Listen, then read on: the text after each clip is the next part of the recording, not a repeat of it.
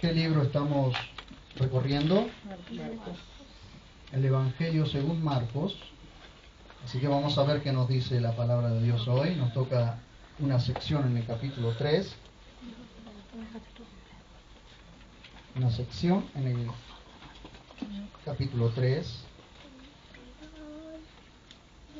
El título del mensaje hoy es Llama, escoge y establece. Diga conmigo, llama, escoge y establece. Llama, escoge y establece. Capítulo 3 de Marcos, del Evangelio según Marcos, verso 13 al 19. Vamos a ver qué nos dice la palabra de Dios allí. Y sube al monte y llama a los que él quería, y fueron a él. Y estableció a 12 para que estuvieran con él para enviarlos a predicar. Y que tuvieran autoridad de echar fuera los demonios.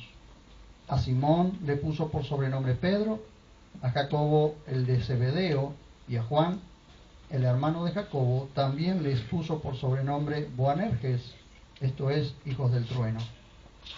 A Andrés, a Felipe, a Bartolomé, a Mateo, a Tomás, a Jacobo el de Alfeo, a Tadeo, a Simón el cananita y a Judas Iscariote, quien de hecho lo entregó, es decir, el traidor.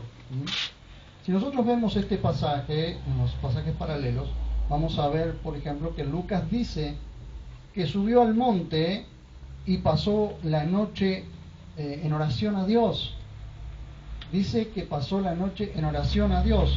Es decir, cuando dice pasó la noche en oración a Dios, está diciendo que pasó la noche en la oración de Dios. Pasó la noche en comunión con Dios. Vean ustedes que antes de establecer a los 12, antes de llamar a los discípulos y antes de establecer a los 12, el Señor fue y buscó toda la noche en la voluntad de Dios para ponerse de acuerdo con Dios a ver el establecimiento de los 12. Jesús era Dios, pero mientras caminó en esta humanidad dependió siempre del Padre. Aún para establecer a los obreros dependió del Padre. Y bueno, observen ustedes por favor conmigo que si ustedes van hacia los versículos y capítulos anteriores, van a ver que el conflicto ya se había establecido, ya estaba establecido. Entonces, como el conflicto ya estaba establecido, ¿qué sucede? Él tiene que salir, tiene que retirarse, porque tiene que salir del foco del conflicto para que no se aceleraran los tiempos. Ahora bien, observen ustedes por favor, cuando dice en el verso 13, sube al monte.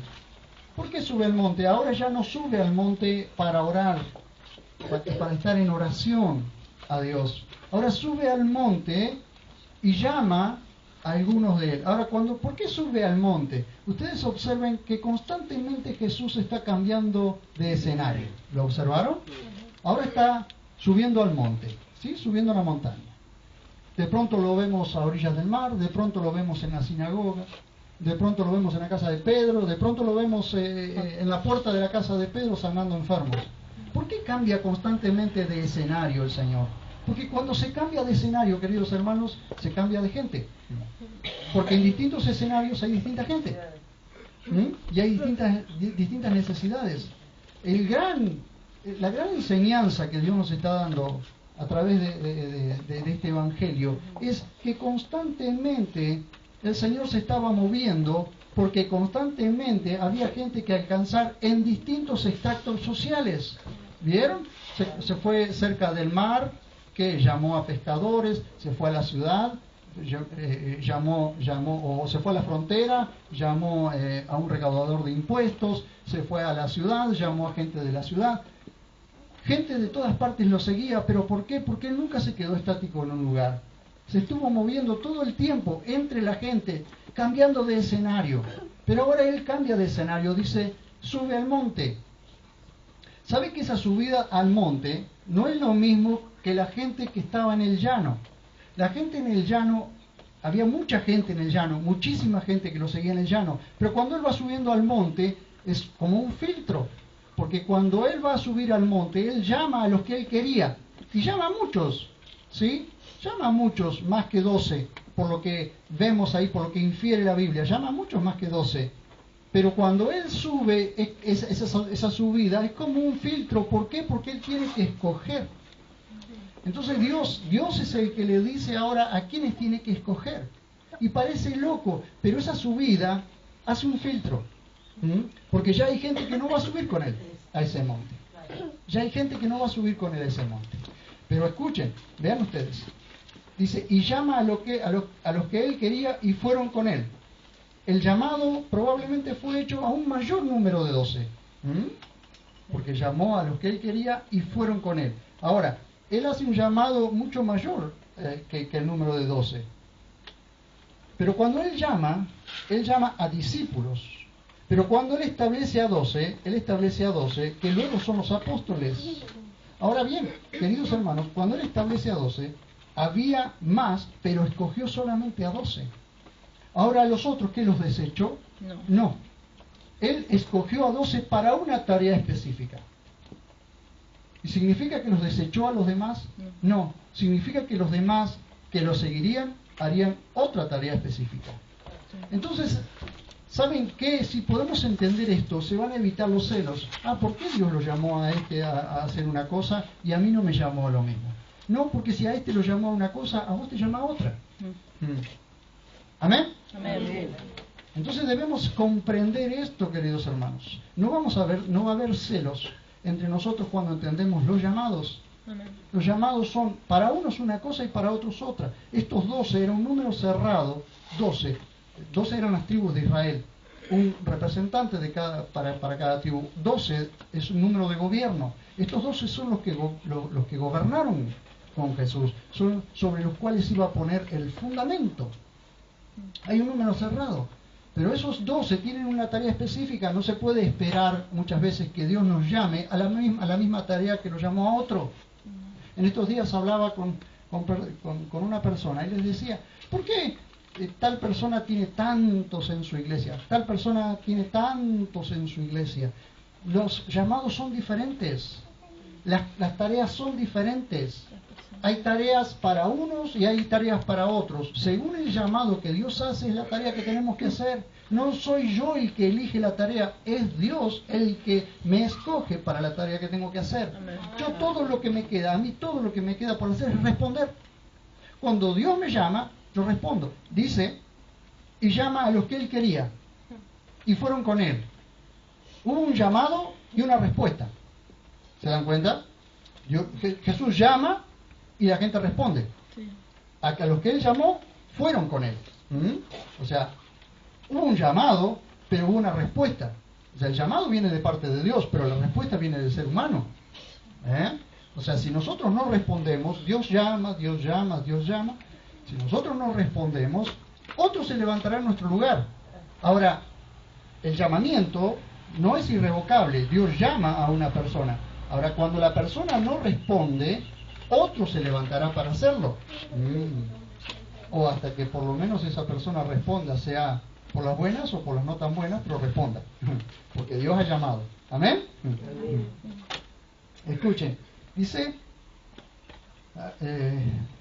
hablando siempre de, y estableció a 12. Muchos respondieron al llamado, pero escogió solo a 12. La Biblia dice que estableció, y me llamó mucho la atención la palabra establecer, del griego epoisen. ¿Qué significa esto? Hizo, estableció, hizo. A esos 12 los hizo, los estableció, los hizo para esa tarea. Es decir, de antemano ya estaban establecidos. Y ustedes dicen, pero como Judas también, ¿se equivocó el Señor con Judas? No se equivocó, pero lo dejamos para el final. ¿Amén? Lo dejamos para el final. Ahora, cuando dice que lo estableció con doble propósito. ¿Para qué? Primero, para que estuvieran con Él. ¿Qué significa eso? Compañerismo e instrucción.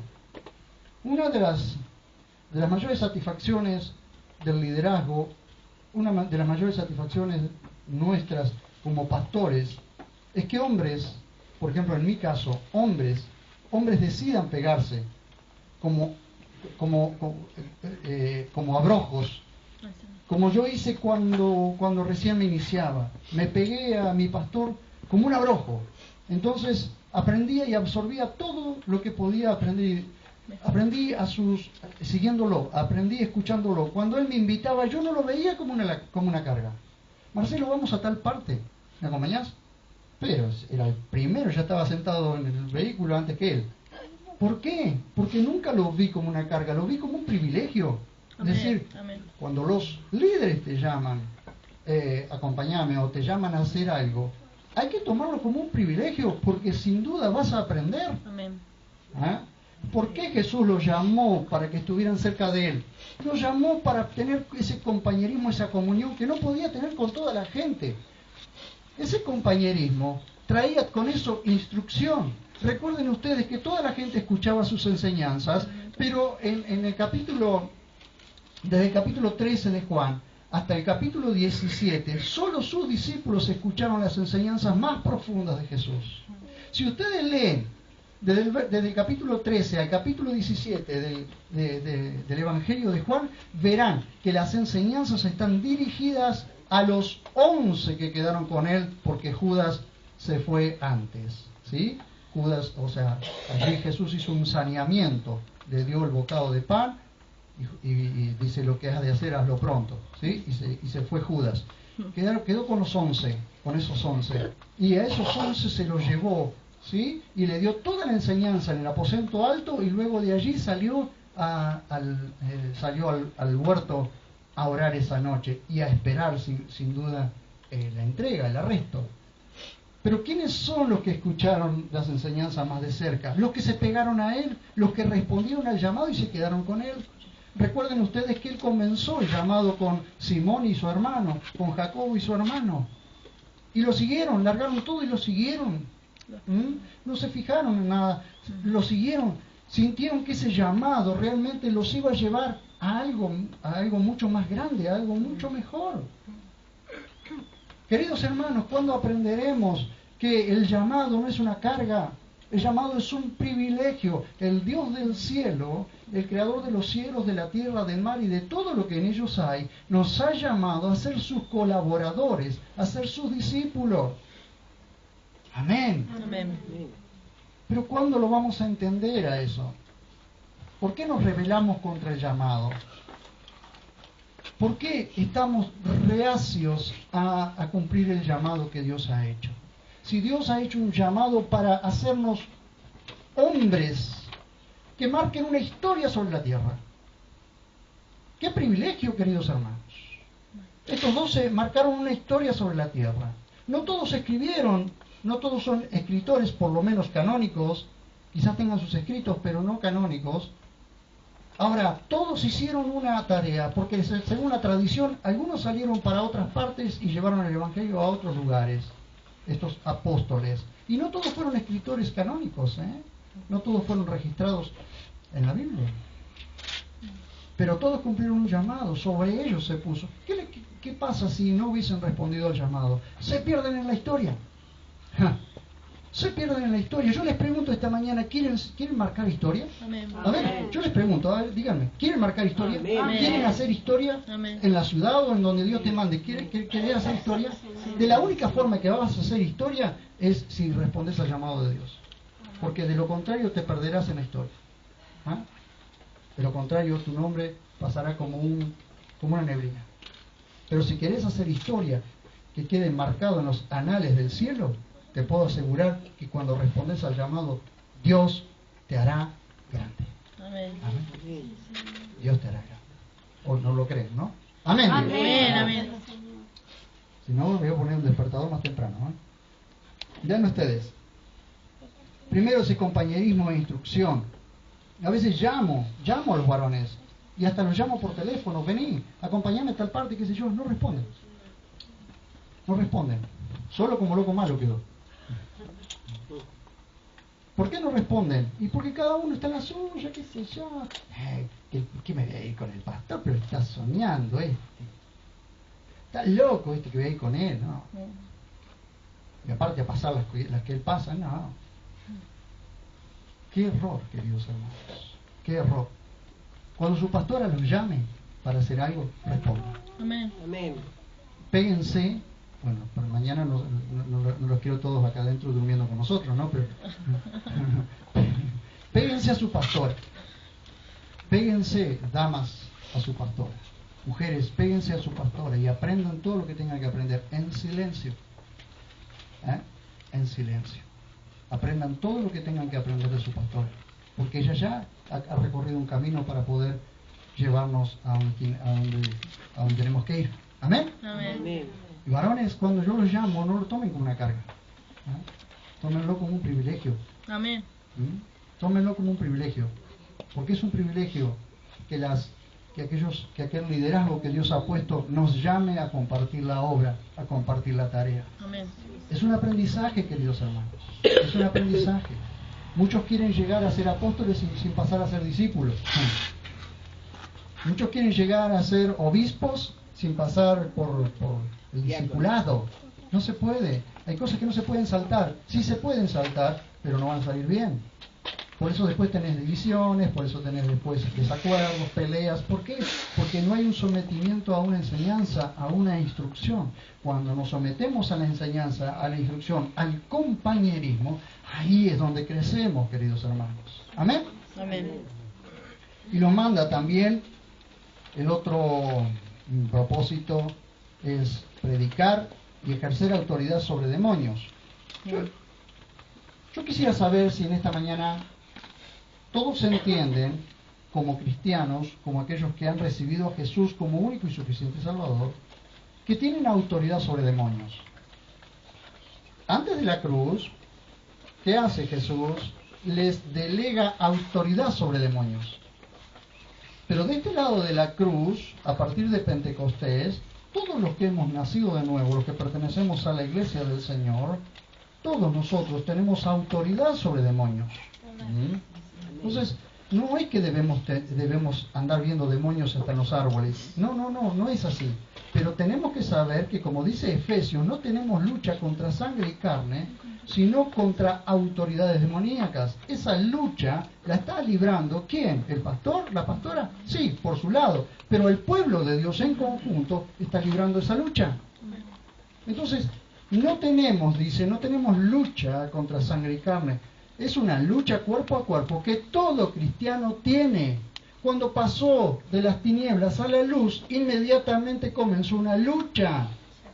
Entonces, cuando vos orás, tenés autoridad sobre todo demonio. Pero no es para que salgamos de acá a las patadas con todos los endemoniados que hay. No, Señor. Ni que nos metamos en una noche en una noche de umbanda, nos metamos allí a danzar con ellos y reprender a los demonios. No, porque nos van a zapatear en la cabeza.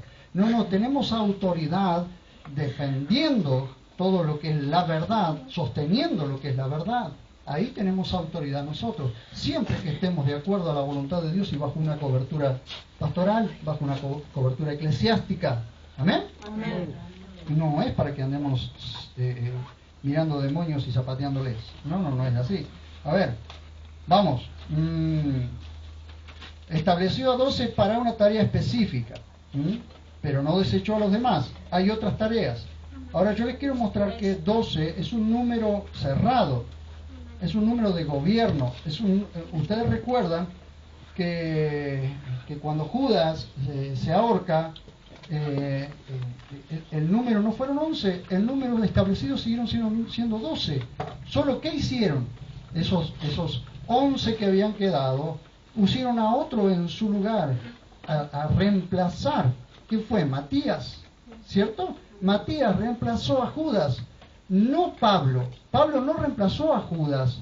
Pablo fue destinado como apóstol a los gentiles, pero el número cerrado de 12 quedó con Matías. Cuando Jesús se aparece, recuerden ustedes que cuando Jesús se aparece, dice Primera de Corintios que se aparece a los 12. Pero ¿cuántos había en el momento que se aparecieron? 11. Porque Matías fue elegido después de eso. Pero cuando la Biblia registra un número cerrado, 12. Aunque había 11, pero el número cerrado eran 12. Porque es un número de gobierno.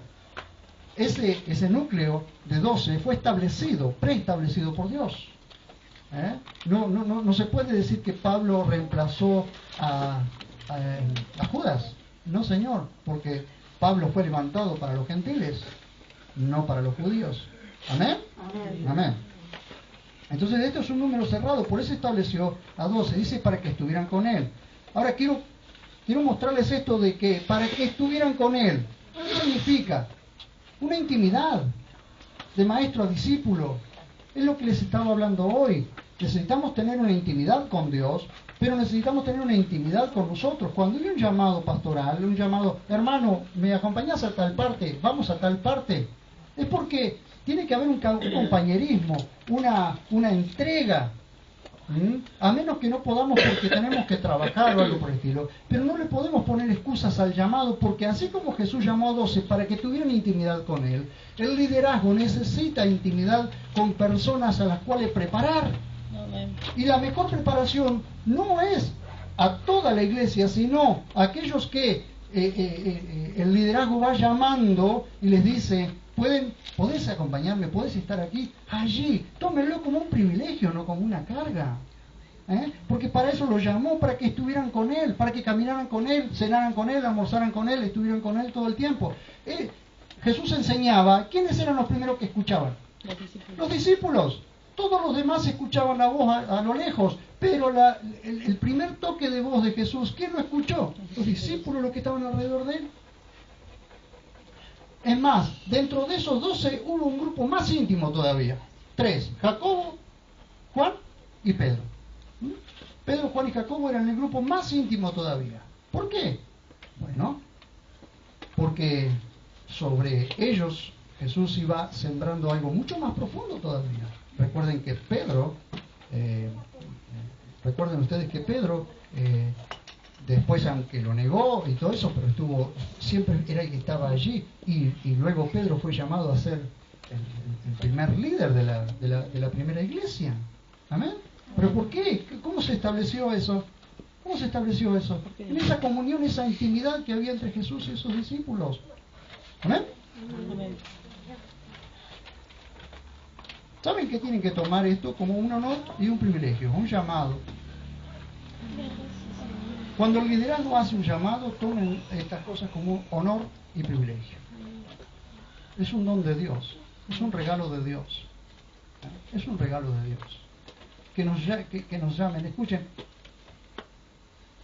hace muchos años yo recién me iniciaba en el camino del Señor, así que calculen que tendría 1 año de creyente más o menos. Yo ya había empezado a estudiar en el Instituto Bíblico, y quien era mi profesor en ese tiempo, Alfredo Santiago, era mi profesor en aquel tiempo de instituto. Yo voy por primera vez a un congreso de las Asambleas de Dios hecha en Flores. Así que imagínense que la iglesia de Flores es un ex teatro, creo que es. Así que habría, calculen, 700, 800 personas habrían allí. Entre esas 700, 800 personas, es más o menos el número que recuerdo ahora, Alfredo, este varón de Dios, había que levantar las ofrendas y llama a un grupo para levantar las ofrendas, y entre ese grupo me llama a mí. Y yo en ese momento quedé como choqueado. Yo digo, Señor, ¿me estás llamando a mí, habiendo 700, 800 personas entre todos los líderes y pastores? Yo digo, ¿me estás llamando a mí? Así que allí, ancho como patinada de oso, me puse en la fila de los diáconos que iban a... Yo no era ni diácono todavía. Y en las iglesias los únicos que levantan las ofrendas son los diáconos. Y yo no era ni diácono todavía. Y Dios me dio el privilegio, el honor de estar entre ese grupo que levantaría las ofrendas. Levantaríamos las ofrendas caminando por todo el teatro, entre todo ese grupo de gente. Digo, en ese momento realmente me sentí privilegiado. Por eso sé lo que les digo, queridos hermanos. El privilegio que hay cuando Dios te coloca en ciertos lugares, cuando Dios te da el honor, cuando Dios te honra colocándote en ciertos lugares. Pero eso no nos enaltece, eso nos humilla, porque el Dios del cielo te tuvo en cuenta para ponerte en un lugar. Amén. Me tuvo por fiel, dice Pablo, me tuvo por fiel para entregarme este apostolado. Amén. Amén. ¿Ven? Y nosotros, me llamó el pastor y se me está molestando. Ah. Cada cosa, queridos hermanos, no pasa en esta iglesia, no, yo sé que acá no pasa. ¿Amén? El llamado viene de Dios, pero la respuesta es personal. Verso 14 dice, para enviarlos a predicar. ¿Qué tenían que predicar? Escuchen, no tenían... ¿Qué tendrían para ese tiempo de conocimiento? Para ese tiempo, ¿qué tenían de conocimiento? Quizás un año de conocimiento tendrían. Y si no, estoy exagerando. Pero Jesús los envía, los llama para enviarlos a predicar. Entonces, ¿cuál habría sido la primera excusa que ellos habrían puesto? No sé hacerlo. No sé cómo hacerlo. Yo iba a decir, querido, yo en el lugar del Señor le diría predicar lo que has visto y oído. Claro. No más de eso. Claro. Cuando dice los invita, los envía a predicar. ¿Qué es lo que le envía a predicar? Lo que habían visto y oído. Hasta ese momento, no más de eso. Vean ustedes qué fue lo que vieron y oyeron. Vean ustedes capítulo 1, verso 15. Capítulo 1, verso 15 de Marcos. Vean qué dice, a ver. ¿Qué es lo que les envía a predicar? Algo muy sencillo. Verso 15 dice, el tiempo se ha cumplido y el reino de Dios se ha acercado. Arrepentíos y creed en el Evangelio. Queridos hermanos, no eran ni teólogos ni grandes eruditos de las Escrituras. ¿Recuerdan ustedes cómo lo llaman a Pedro y a Juan? Los fariseos, las autoridades eclesiásticas en ese tiempo. ¿Cómo los llama? Del vulgo y sin letras. Es decir, gente común. Gente que no había estudiado a los pies de ningún maestro, de ningún doctor de la ley, de ningún rabí. Lo llaman del vulgo y sin letras. ¿De dónde sacan letras? ¿De dónde sacan este conocimiento? Estos que son del vulgo y sin letras. Porque la sabiduría no es humana, la sabiduría viene de Dios. Amén. ¿Cuántas veces, queridos hermanos, estamos predicando el Evangelio y salen palabras que no sabíamos de dónde salían, pero estuvieron allí alojadas o no? Entraron primero para luego salir. ¿Amén? Entonces, ¿por qué nos limitamos a predicar el Evangelio, queridos? Nos envía a predicar el Evangelio.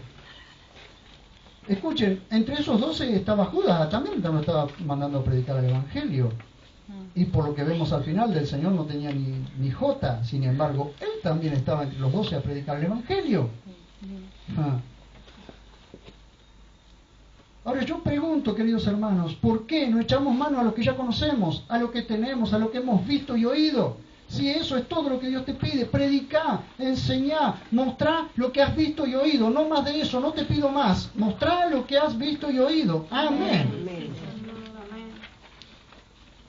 Hoy ya no predicamos el Evangelio del reino, sino el Evangelio de la gracia. Porque estamos de este lado de la cruz. Pero ellos estaban predicando el Evangelio del reino. El reino de Dios se ha acercado, arrepiéntanse y crean el Evangelio. Tan sencillo como eso. Pero no solo eso, sino que les entrega, les concede autoridad para reprender a los demonios. Aunque en algún pasaje dice que no pudieron reprender a un demonio. Se lo tuvieron que llevar a Jesús. Pero él les reprocha por la poca fe. Vean ustedes, ¿qué es para qué los llamó Jesús? Para que ellos tuvieran compañerismo e instrucción cerca de él, pero para que lo ayuden en la tarea de la evangelización. Esto no es una tarea de liderazgo solamente, es una tarea de toda la iglesia, evangelizar. Llevar las buenas nuevas a toda persona, a toda criatura, al que tenés al lado tuyo, al que tenés cerca y al que tenés más lejos. ¿Amén? Amén. ¿O no hay una satisfacción en nosotros cuando predicamos el Evangelio? ¿No hay un gozo dentro nuestro cuando le hemos anunciado el Evangelio a alguien? Sí. ¿Por qué está ese gozo allí? ¿Por qué? Porque hemos hecho lo que Dios quería que hiciéramos. Amén. Y el Espíritu Santo se pone feliz precisamente porque hiciste lo que tenías que hacer. Amén. y que tuvieran autoridad de echar fuera a los demonios. Después de Pentecostés, todo creyente tiene autoridad sobre las fuerzas del mal. Eso lo pueden ver en Efesios 6:12. Siempre, escuchen, siempre que el creyente esté consagrado y en santidad. Cuidado. Pues no podés reprender un demonio si tenés una puerta abierta de pecado. Porque Satanás te va a acusar. Y no vas a tener autoridad hasta que no cierres esa puerta. Entonces, santidad y consagración son las cosas que Dios nos pide. Consagración, ¿saben qué es? Apartarse de todo mal y rendirse totalmente al Señor, porque es la única forma en que nosotros podemos tener autoridad sobre todo demonio. ¿Amén? Ahora lo que les quiero mostrar allí es que los 12 discípulos eran hombres tan ordinarios como cualquiera de nosotros. No eran especiales. No eligió a 12 especiales. Escuchen, eligió a 12 ordinarios, como cualquiera de nosotros. Vean, 4 pescadores. Simón, que después le cambia el nombre y le pone Cefas, ¿sí? O Pedro. Cefas es el nombre arameo. Su hermano Andrés, Jacobo y Juan, los hijos de Zebedeo. ¿Se acuerdan que los encuentra allí cerca del mar? Sí. Que después le pone por nombre Boanerges. Ahora, ¿por qué le pone Boanerges, hijos del trueno? ¿Por qué le pone? Por la personalidad de ellos. Vean ustedes, por favor, Lucas capítulo 9, verso 54. 9:54. Lean ustedes para poder entender por qué le llama Boanerges. 9:54 está antes del 55. Lucas 9:54 dice: viendo esto, verso 54 dice: viendo esto, los discípulos, Jacobo y Juan, dijeron: Señor, ¿quieres que digamos que descienda fuego del cielo y los consuma? Lindo, ¿no? Qué amoroso. Después Juan lo llaman el apóstol del amor. Claro, había un tumulto cerca de ellos, había lío cerca de ellos. Dice: ¿quieres que oremos a Dios y descienda fuego del cielo y los consuma? ¿De dónde tomaron esto? ¿De dónde lo tomaron? De Elías. Segunda de Reyes capítulo 1. ¿Se acuerdan ustedes? Segunda de Reyes capítulo 1, verso 9 al 16. Cuando vienen 50 con su general a buscarlo a Elías de parte del rey, y no tuvo mejor ocurrencia el jefe de los 50 que decir: varón de Dios, el rey manda que bajes. Entonces Elías dice: si soy varón de Dios, que caiga fuego del cielo y los consuma. Y si cayó fuego del cielo y consumió 50 junto con el general. Claro, consumido eso, el rey manda otros 50 con su general. Varón de Dios, dice el rey, que desciendas y que bajes. Y Elías estaba sentado en el monte. Entonces Elías dice: si soy varón de Dios, que bajes fuego del cielo y los consuma. Bajó fuego del cielo y consumió. 100 van allá. 100 calcinados. Entonces el rey, como ya le quedaban 50 nada más, envía otros 50. Dice, y este fue más vivo. Se va acercando a Elías y dice: varón de Dios, te ruego que tengas mi vida en estima. Y se postró delante de Elías. Entonces ya no oró así. Así que Dios que le dijo que lo siguiera y que fuera a ver al rey, que no temiera, que fuera a ver al rey. Así que se fue con este 50 que se salvó raspando y lo acompañó. Y de ahí toman esto. Entonces dicen Juan y Jacobo, dice que oremos y caiga fuego del cielo y los consuma todo esto. Jesús dice: ustedes no saben de qué espíritu son. Ustedes no tienen idea de lo que están diciendo. Y yo no vine para perderlos, vine para salvarlos. ¿Entienden? Entonces por eso Jesús les llama Boanerges, hijos del trueno, por su personalidad. Queridos hermanos. Y ustedes dicen: ¿y a estos eligió el Señor? Sí, eligió a uno que lo iba a negar 3 veces, eligió a 2 que querían orar para que cayera fuego del cielo y los destruyera a todos y los consumiera. Ahí está, iban 3 nada más, esperen. Felipe y Bartolomé, que Bartolomé puede ser el apellido de Natanael, eso lo pueden ver en Juan capítulo 1, 43 al 51. Mateo, a quien también él mismo allí se llama Leví, otro nene, recaudador de impuestos, ¿sí? Le cobraba impuestos a su propio pueblo y se quedaba con el vuelto, por supuesto. Eso lo pueden ver en el capítulo 2, verso 13. Tomás, llamado Dídimo, que significa mellizo. El incrédulo de Juan capítulo 24, ¿se acuerdan? Tomás el incrédulo, el que no creía que Jesús había resucitado. Si no viera su herida de costado y no viera la herida de sus manos, yo no creería. Y Jesús lo tuvo que reprender, luego aparecerse a él y reprenderlo y decirle: mete tu mano en el costado y ve los agujeros de mi mano. Dice: no seas incrédulo sino creyente. Y ese otro que estaba entre los 12, y lo eligió Dios, y lo eligió el Señor. Sí, lo eligió el Señor. ¿Se equivocó? No se equivocó. Allí estaba Jacobo, el de Alfeo. Su madre era Miriam. Eso lo pueden ver en Marcos capítulo 15, verso 40. Se lo llama Jacobo el menor también, o Jacobo el pequeño, porque era el más pequeño de estatura aparentemente. Tadeo, que también se llama Leveo, lo pueden ver en Mateo 10, 3. Y a Judas, hermano de Jacobo el menor, eso lo pueden ver en Lucas 6, 16. Simón el cananita, o como es la traducción, cananita es la traducción de cananion, o celoso, un fanático, un apasionado, un patriota de un partido revolucionario llamado, el partido se llamaba Celosos o Celotes, contra el yugo romano. Es decir, era un partido que estaba contra el yugo romano. Es decir, de estos que se levantaban en revolución contra todo gobierno que no fuera judío. Así que uno de esos, ¿cómo lo llamaríamos hoy? Subversivos. Un subversivo de allí, de esos, Jesús eligió para que fuera uno de los 12. ¿Ah? Y nosotros podemos decir: ¿pero ese subversivo va a la iglesia? Y nosotros decimos: ¿pero ese va a la iglesia? Sí, ese va a la iglesia. Si estás vos, está él también. ¿O podemos estar nosotros en mejor posición que él? ¿Acaso alguno de estos estaba en mejor posición que el cananita? No. ¿El Simón y cananita? Ninguno de ellos estaba en mejor posición. Todos eran de esa calaña. De esa calaña. Verso 19. Y llegamos al personaje más controversial.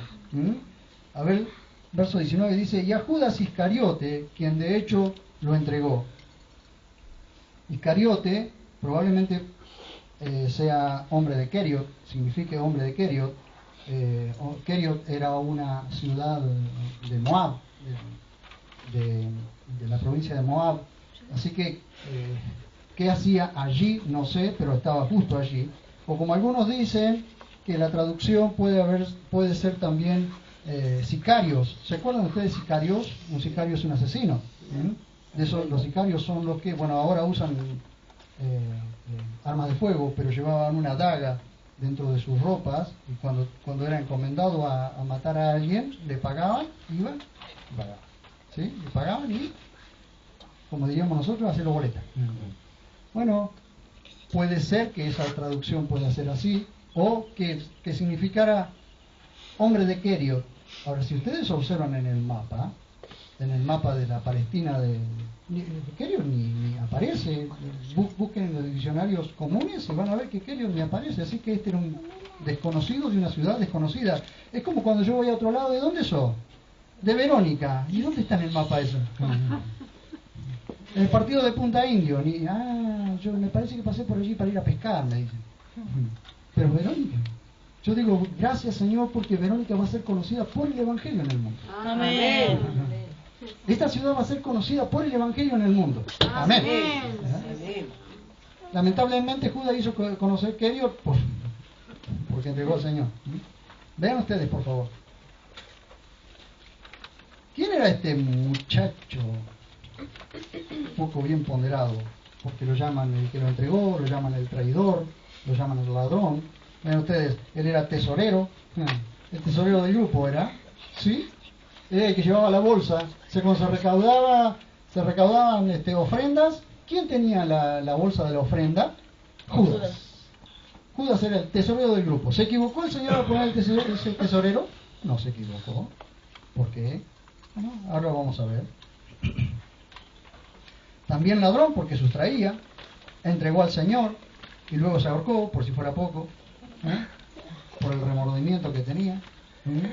Ahora dice, ¿Jesús sabía quién era Judas? Sí. Sí sabía. ¿Por qué sabía? Si pasó la noche orando.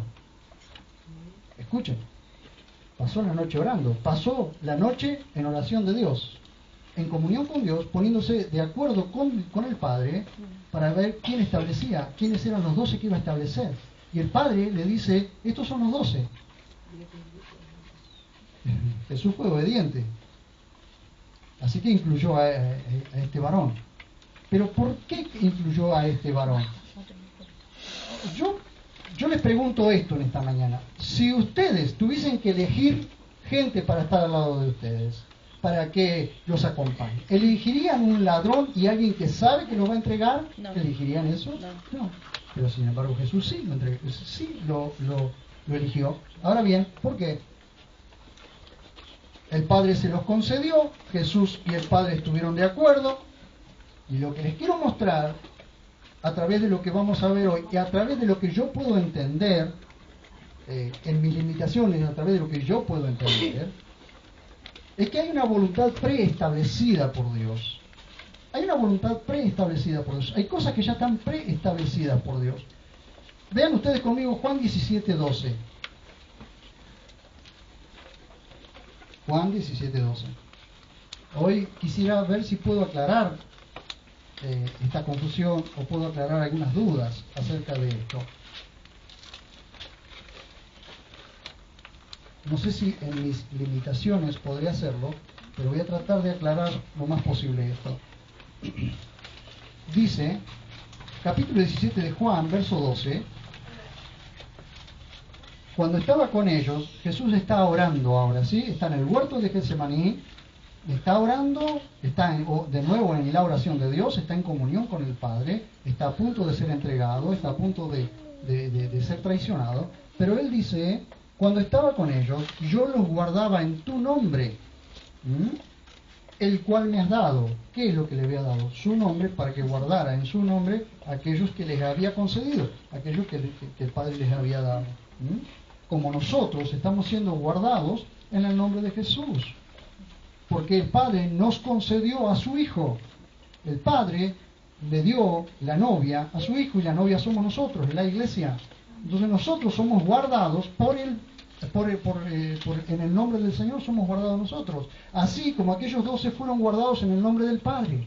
Jesús los guardó, los cuidó, los protegió a esos 12. ¿Pero qué dice? Dice, cuando estaba con ellos yo los guardaba en tu nombre, el cual me has dado. Y los cuidé, dice Jesús. Y ninguno de ellos se perdió. Ninguno de ellos se perdió. Pero observen lo que dice. Sino el hijo de perdición. ¿Para qué? Para que se cumpliera la escritura. Cuando hay un hijo es porque hay una paternidad, hay un padre, ¿sí? El hijo de perdición es porque ya tenía una paternidad, que era la perdición, era hijo del diablo ya, ¿sí? Él nunca quiso saber nada con Jesús, aunque estuvo en el grupo, él nunca quiso saber nada. Pero esto que nunca quiso saber nada, esto ya estaba preestablecido. Si no, observen ustedes Salmo 41, por favor, 41:9.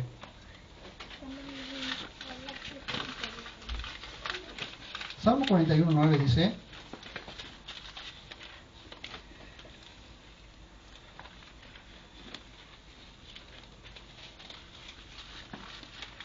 aún, esto lo dice David acerca de un hombre que era íntimo amigo de él, ¿sí? Pero proféticamente está hablando de lo que va a suceder ahora. Cuando dice para que se cumpla la escritura, es porque esto ya estaba escrito de antemano. O sea, David está escribiendo esto proféticamente.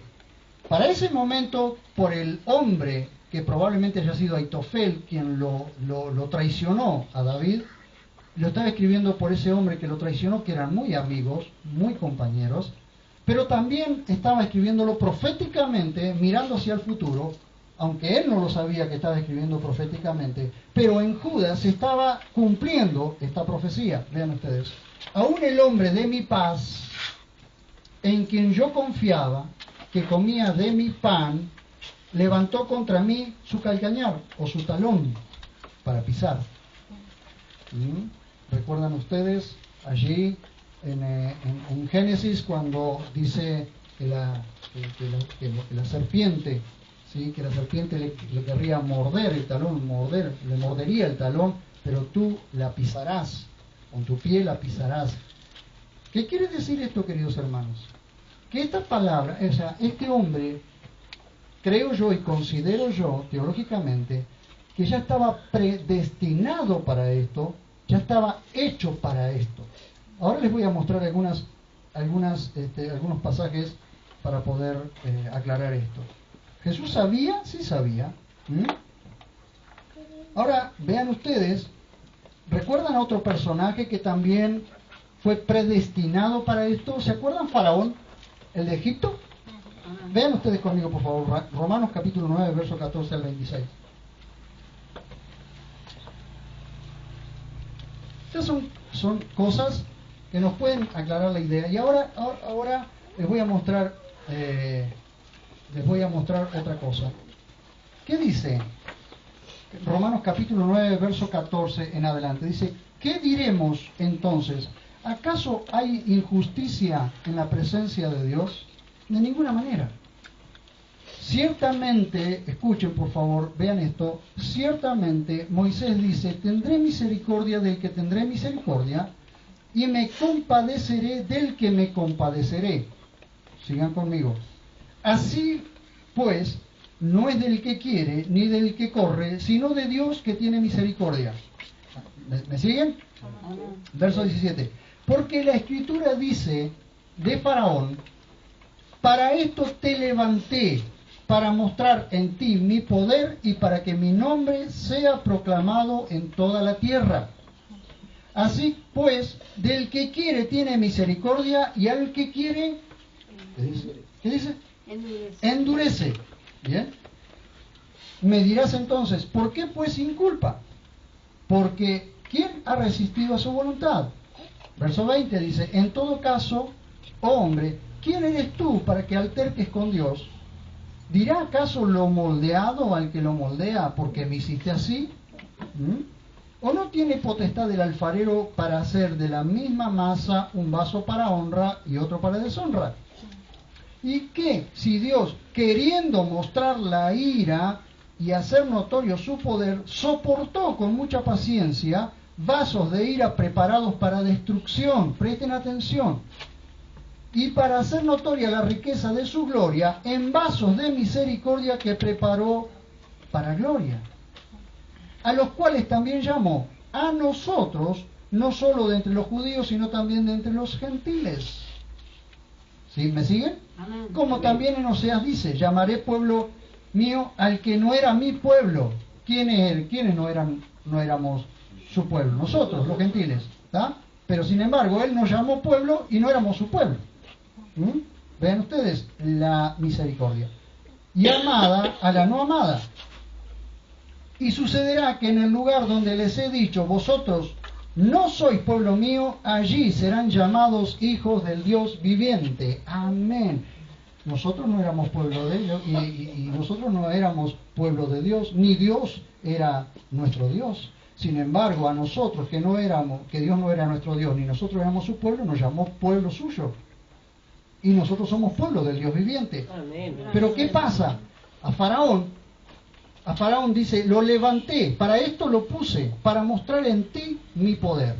En el momento justo, Dios levantó a ese hombre, puso a ese hombre en el gobierno, para mostrar su poder a través de ese hombre. Ese hombre se endureció contra el pueblo de Dios y Dios mostró su poder a través del endurecimiento de ese hombre.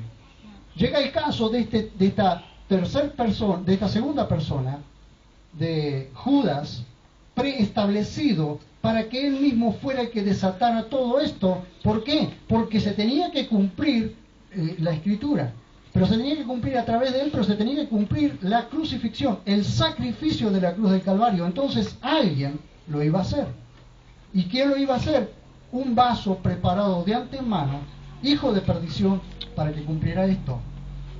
Ahora hay una tercera persona, y yo creo que son las tres personas, que estas han sido las tres personas predestinadas como vasos de ira, como vasos de endurecimiento o endurecidos contra Dios, que es el anticristo.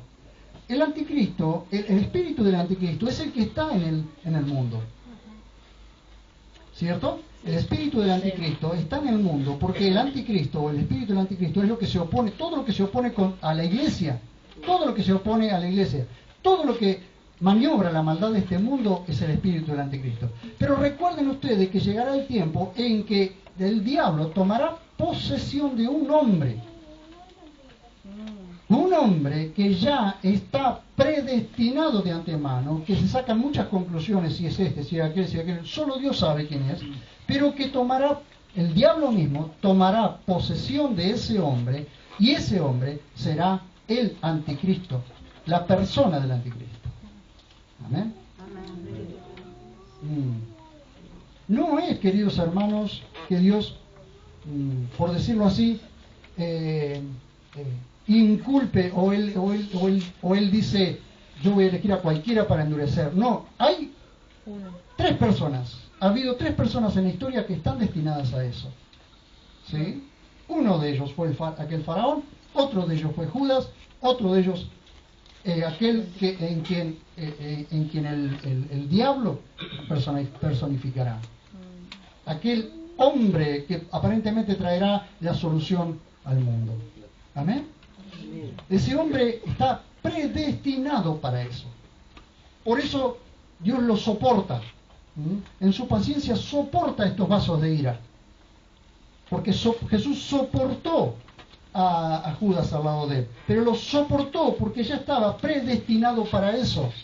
Lo soportó hasta que se cumplió la Escritura. Vean ustedes que él no se arrepintió. Él tuvo remordimiento, por eso se ahorcó, se suicidó. Pero nunca se arrepintió.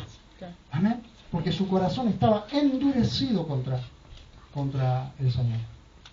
Y habrá ese anticristo, es el que levantará los ejércitos para que esos ejércitos luchen contra el Mesías en su venida. Porque ese ejército ha endurecido su corazón contra Dios. Pero a nosotros nos ha hecho vasos de misericordia para también mostrar su poder.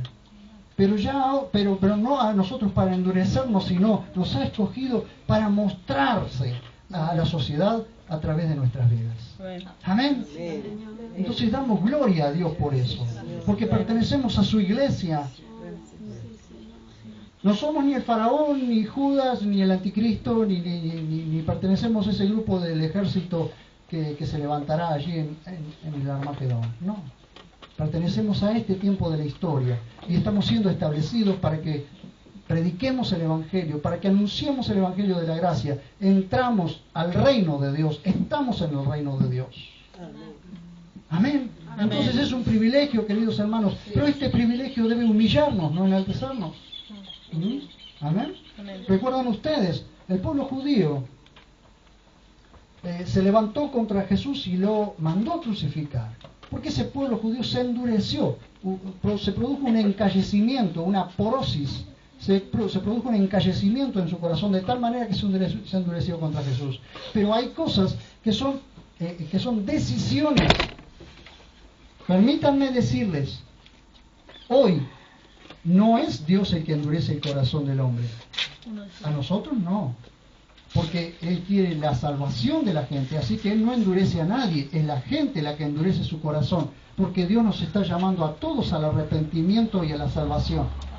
Amén. Así que no podemos decir hoy Dios está endureciendo el corazón de la gente. No, Dios está trayendo a la gente al arrepentimiento, a una reconciliación con Él. Pero está haciendo un llamado a discípulos, a hombres y mujeres para que lo sigan. Entonces, hombres y mujeres son los que endurecen su corazón contra el llamado. No es Dios el que endurece el corazón. Amén. Como en el caso de Judas. En conclusión, la elección y el llamado vienen del Señor. Y es por gracia, no por capacidades o estatus social. Responder es nuestra elección, privilegio y obediencia por amor, no por temor o imposición. Yo les pregunto esta mañana, y quiero que cierren sus ojos, por favor, cierren sus ojos, por un momento. Te quiero preguntar en esta mañana, allí donde estás, ¿amás al Señor? ¿Le has dicho al Señor que lo amás? ¿Lo amás realmente? Porque cuando Dios te llama, responderás por amor. La obediencia debe ser por amor, no por temor. La obediencia debe ser por amor, no por temor. Yo pregunto esta mañana, ¿quién va a responder al llamado? Porque Dios va a establecerte en un lugar, Dios va a establecerte en una obra, así como estableció a aquellos 12, distintas formas, de distinta manera, pero hoy el Espíritu Santo llama para establecer, quiere establecerte en una obra, quiere establecerte en un lugar, quiere que ablandes tu corazón y que respondas al llamado. Señor, estamos delante de tu presencia, agradecidos por tu amor y tu misericordia. ¿Cuánto te necesitamos, Señor? Y realmente necesitamos que nuestro corazón responda. Necesitamos responder, Señor. Ayúdanos. En esta mañana te ruego, bendito Dios, para que hagas dispuesto a tu pueblo. Señor, ayúdanos a preparar un pueblo bien dispuesto para buenas obras. Ayúdanos a preparar a los obreros, aquellos obreros que vos estás llamando a la obra, para que sus corazones se hagan sensibles y haya un verdadero tiempo, Señor, de respuesta al llamado que estás haciendo. Estableciste a 12 para que haya un compañerismo y para que tuvieran autoridad. Te ruego, Señor, que en esta mañana e inclusive a aquellos que están viendo por internet, Dios mío, puedan responder al llamado a una intimidad, a un compañerismo con vos, con los líderes, a un compañerismo e instrucción, Señor, plena. Y también, Señor, a través de ese compañerismo venga la autoridad sobre todas las cosas que has puesto bajo esa autoridad, Señor. En el nombre de Jesús oramos en esta mañana, bendito Dios, para que obres. Pónganse de pie, por favor. Ahora sí, iglesia, comenzá a orar por tu vida, por la vida de los tuyos.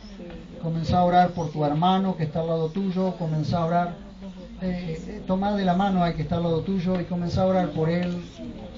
Comiencen a orar los unos por los otros, porque nos ayudamos de esta forma, compartimos la carga. Saben que hay personas que tienen mucha carga, que tienen muchos problemas,